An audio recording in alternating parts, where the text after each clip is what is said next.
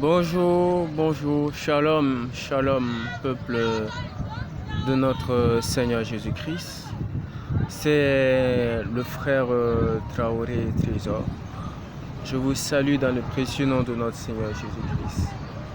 En fait, je fais cette petite vidéo juste pour m'entretenir avec vous concernant un sujet bien particulier. Et pour cela, je veux me baser sur le livre des Proverbes à partir du chapitre 30. Le chapitre 30 à partir du verset 24. Il y a sur la terre 4 animaux petits et cependant des plus sages. Les fourmis peuplent sans force, préparent en été leur nourriture. Les damans peuplent sans puissance, placent leur demeure dans les rochers. Les sauterelles n'ont point de roi, et elles sortent toutes par division. Le lézard saisit avec les mains et se trouve dans les palais des rois. Alors, si je fais cette vidéo, c'est vraiment pour m'entretenir avec vous concernant certains aspects de la vie. Voilà, je pense que le Seigneur m'a mis à cœur de parler de cela pour que l'on puisse tirer instruction, voilà, de cela. Donc,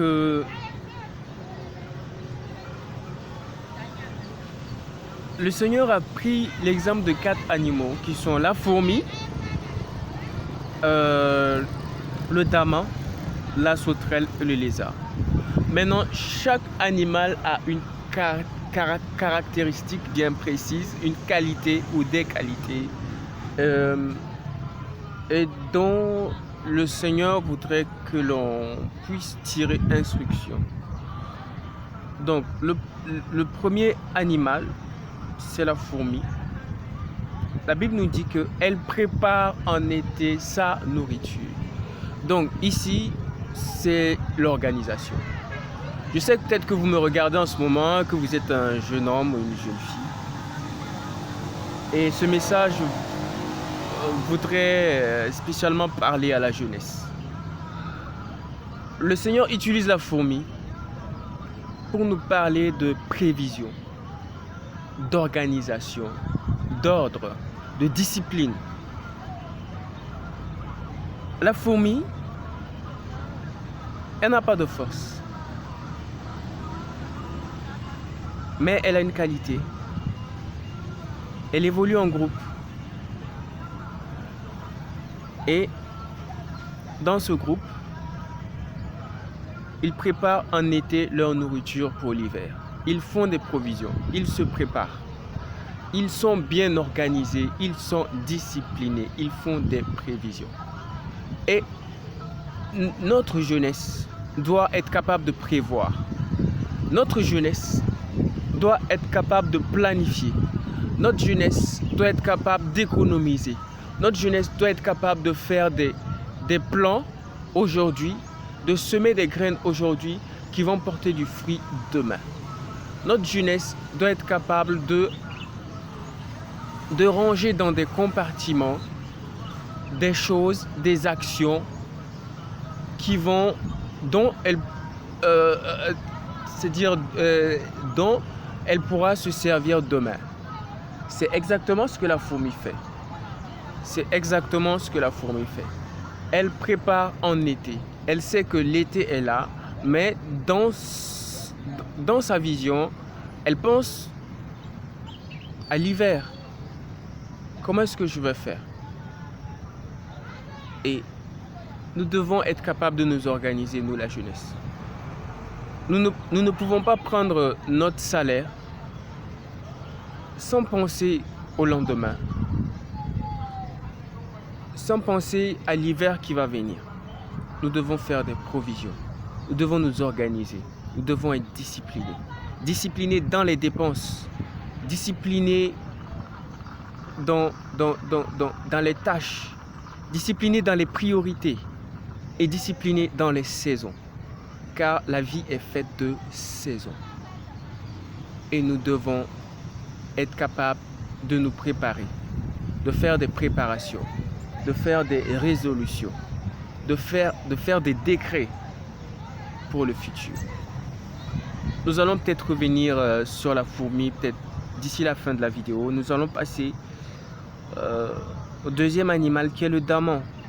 La Bible dit, les damans, peuple sans force, placent leur demeure dans les rochers. Ici, il est question de sécurité.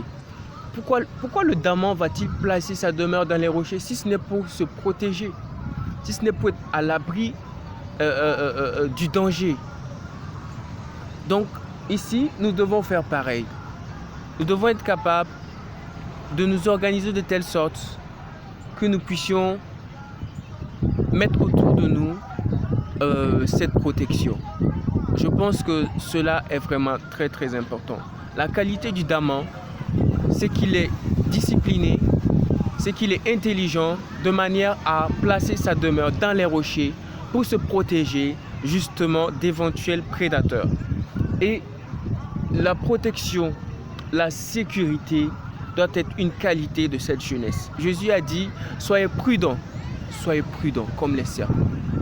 Soyez prudents comme les serpents et simples comme les colombes. Donc la prudence ici fait que le daman va placer sa demeure dans les rochers justement pour se protéger et se préserver. Nous devons nous préserver, nous devons nous protéger. Paul a dit, faites attention car les mauvaises compagnies corrompent les bonnes mœurs. Et nous devons faire attention de tout ce qui a trait à nous. Nous devons nous protéger. Nous devons savoir dire non. Nous devons savoir rejeter.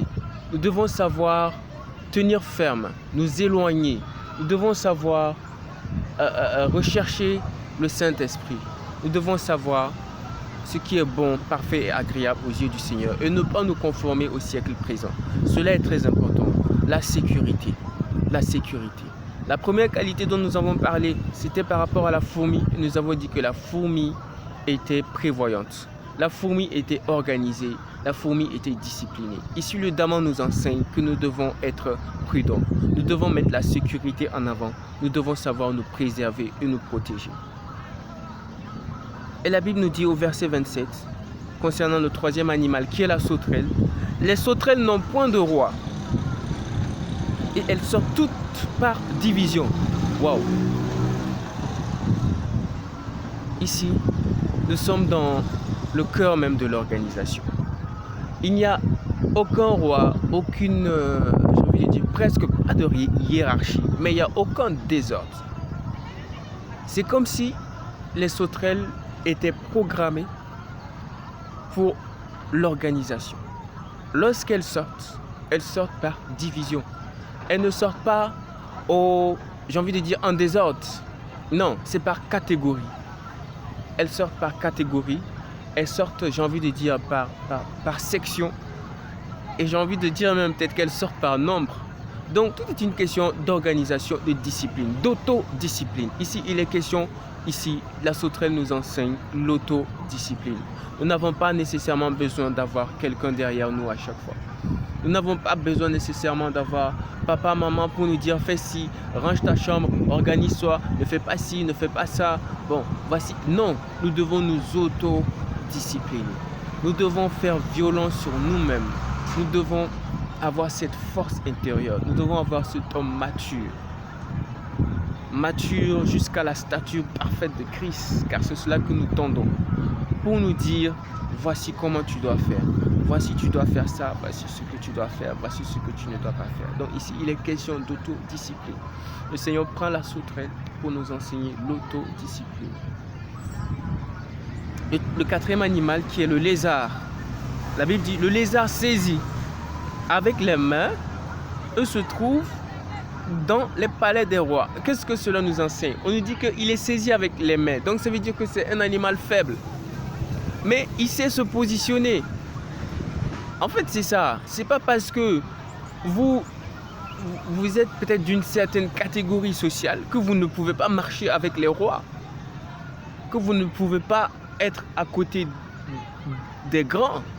Non, la Bible dit que le Seigneur prend l'indigent, il le lave, il le dépouille de sa boue et du fumier et il le fait asseoir avec les grands. Donc le lézard ici, il n'est pas grand, il est même faible. Tellement faible qu'on peut le saisir avec les mains. Mais voilà, il se trouve dans les palais des rois où certains autres grands ne peuvent même pas aller parce que même quand ils demandent audience auprès du roi, le roi dit « je ne veux pas recevoir ce notable, je n'ai pas du tout envie de le voir ». Mais la sauterelle, elle qui est sans force et faible, vous ne pouvez pas l'empêcher d'être le lézard. Il se trouve dans le palais des rois.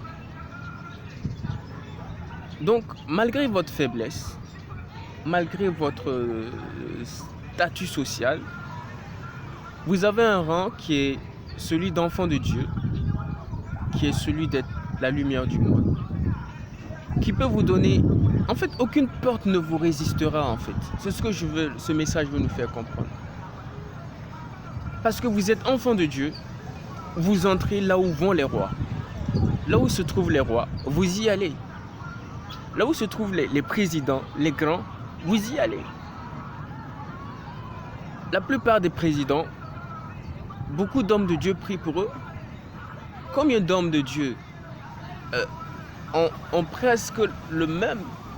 Bon, je vais dire de façon... Si on prend les standards du monde, c'est vrai que spirituellement, ils ne sont pas comparés parce que l'homme de Dieu est fils de Dieu. Mais ils ont presque le même statut, presque la même notoriété. Mais peut-être que vous n'avez pas cette notoriété, peut-être que vous n'êtes pas un homme de Dieu, mais vous êtes un enfant de Dieu et cela est suffisant, vous êtes la lumière du monde. Aucune porte ne doit vous résister, aucun endroit ne peut vous faire peur parce que tout appartient à Jésus, tout appartient à votre Père. Et la Bible dit que là où vous mettez les pieds, je vous le donne en héritage. Pas besoin d'être un super homme. Juste parce que vous êtes un enfant de Dieu. Donc nous avons ces 4 grandes qualités. La première qui est la prévision. En ce qui concerne la fourmi, la prévision. La discipline, l'organisation. La deuxième qui est la sécurité. La protection. Et que dirais-je encore? Donc, la sécurité, la protection, la prudence. La troisième qualité qui est l'autodiscipline, l'organisation et l'autodiscipline. Et la quatrième qualité, bien entendu, qui est, j'ai envie de dire, votre positionnement. Vous devez savoir qui vous êtes et savoir que vous avez votre place auprès des grands. Vous avez votre place auprès des grands. Donc, comme je le disais, nous allons revenir sur la fourmi pour vraiment tirer instruction de la fourmi. Bien que aucun de ces animaux ne démérite. Mais juste pour dire que prévoir est très important. Prévoir est très important. Organisons-nous. Soyons des visionnaires. Sachons prévoir. Sachons être autodisciplinés. Sachons où aller, où mettre les pieds. Protégeons-nous, préservons-nous. Gardons notre cœur plus que toute autre chose, car de lui viennent les sources de la vie. Et comme le dit la Bible, bien sûr, et sachons qui nous sommes. Sachons qui nous sommes. Aucune porte ne nous résiste. Nous avons notre place auprès des grands. Au nom de Jésus. Que cette exhortation puisse aider quelqu'un à être quelqu'un qui planifie, à s'autodiscipliner, à savoir qui il est et surtout à se préserver et à se protéger de tout mal. Que la grâce de notre Seigneur Jésus-Christ, l'amour de Dieu et la communication du Saint-Esprit soient avec vous tous. Shalom, shalom, prenez soin de vous Au nom de Jésus. Merci. Amen, amen, amen.